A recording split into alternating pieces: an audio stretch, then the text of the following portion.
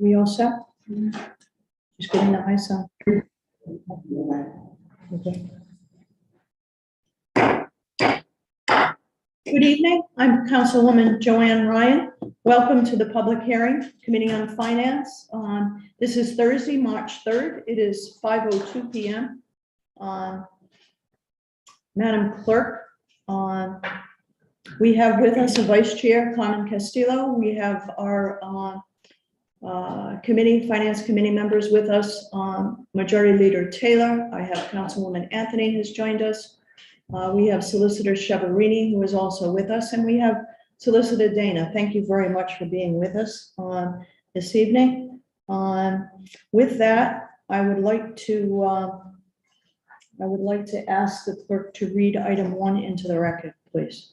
Communication from Mayor Jorge O. Alorza dated November 30th, 2021, submitting a tentative agreement by and between the City of Providence, Rhode Island, and Local 799 International Association of Firefighters, AFL-CIO, for the period of July 1, 2022 through June 30th, 2027.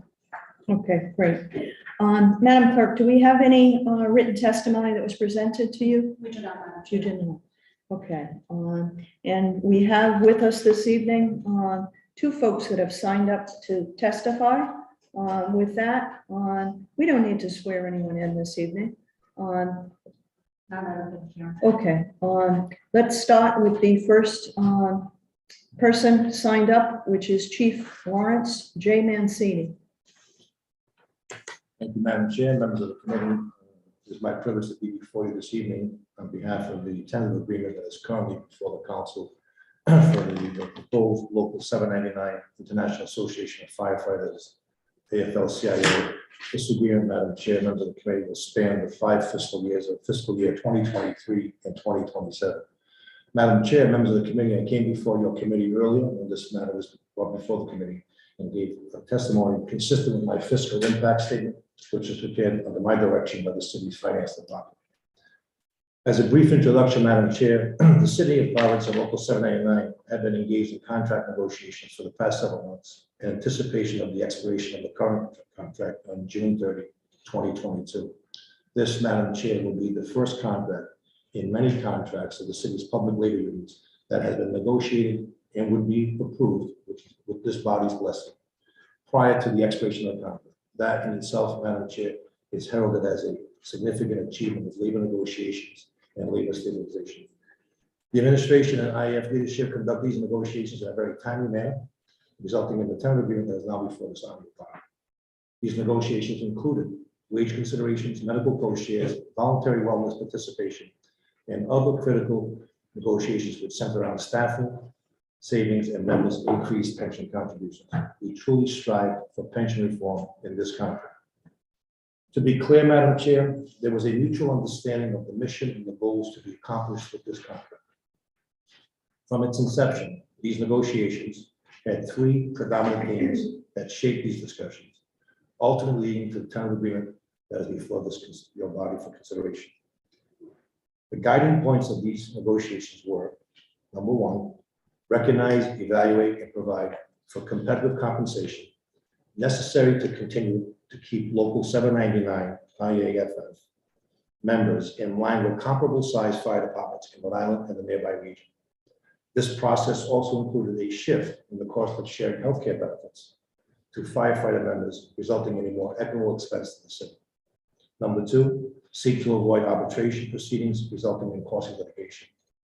And number 3, design and implement unprecedented increased pension contributions by Local 799 and IAF members. The resulting historic change of these negotiations, Madam Chair, resulted in a wage and health benefit package as follows. This new 5-year contract is expected to bring Local 799 members competitively within the top 6 fire departments in the state of Rhode Island. They being in their ranking order: Cranston, Warwick, East Providence, Newport, Providence, and then Pawtucket, where they are currently placed 5th in the state, and they are considered to be last in the region, including comparable cities such as New Haven, Connecticut, Hartford, Connecticut, Springfield, Mass, Fall River, Mass, and Worcester, Mass.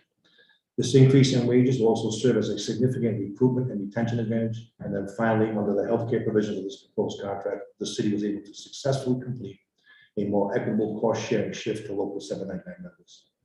The city expects the net cost after medical savings and the increased pension contributions that will lower the city's actually determined contribution to be a total of $10,063,666 over the 5-year contract period, or an average of $2,012,732 per year, with the final year in FY27 costing $3,422,255. Madam Chair, as I had stated earlier, I will now present to you the pension reform for the long-term impact. The net savings resulting from a reduction in retirement systems actually determined contribution for fiscal years 28 through 2040 are approximately $36,093,541. These are nominal savings and are not discounted to the current fiscal year. If they were in fact discounted, the present value of these savings as of July 1, 2023, discounted at the assumed investment rate of return, which is now at 7%, in the most recent actual valuation is $20,716,291. We have had this matter vetted by the city's actuary at the time, Seal Consultants, and we have relied on that information. Finally, Madam Chair, Local 799 pension ADC savings are primarily attributable to the increase in the employee contribution rate going from 8% and 9% currently to 16% by July 1, 2026. The increase in the employee contribution rate reduces the employer normal payment. The negotiated wage increases that were agreed to partially offset the savings from the higher employee contributions because the increases were higher than what was assumed as salary increases in the last actual evaluation. A bit about pension reform. The net impact of the higher employee contributions and the negotiated rate increases are a reduction in the employer normal cost, the cost today to fund a future retiree's pension, not the past service cost. That reduction is approximately 40% when the employee contribution rate increases are fully reflected. Stated another way, employer normal cost as a percentage of payroll decreases from 17.2% of payroll to 9.9% of payroll. The current employer cost to fund the firefighter pension is $5,375 annually. When the savings associated with the pension is applied, it will reduce the fire ADC from the current 17.2% to 9.9%, but that's payroll, or approximately 40% reduction. It is important to note that the ADC is comprised of employer normal cost payment plus the amortization payment of the unfunded liability. This completes my testimony, Madam Chair. I have previously provided a schedule by component, healthcare, wages, pension contributions, and other savings within the contract. It is on file with your committee and with the city clerk. And I'm happy to take any questions if that's yours. Thank you very much. Thank you. Okay, next up, we have Derek Silva.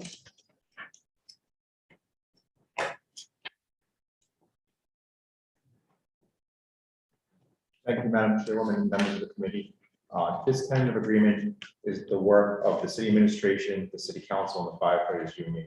It is a fair deal for all, and most importantly, a fair deal for taxpayers. As my colleague, the chief financial officer for the city, has already said, it changes the dynamic on the pension contributions, where now employees will have the majority share of the costs going forward for pensions, which should be celebrated by all, especially taxpayers. That's why I urge the council to pass this tentative agreement, and we look forward to working with the city council, the city administration, and the unions together to make the city a better place. Thank you. Thank you. Thank you. Madam Clerk, do we have anyone else signed up to speak this evening? No. Okay, no one is in the room to speak. Okay.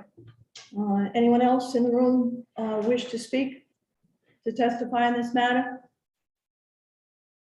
Anyone else would like to speak on this matter? Any of our Zoom folks want to speak on this matter? Okay, with that, that concludes our public hearing for this evening. Thank you very much. Thank you all for joining us.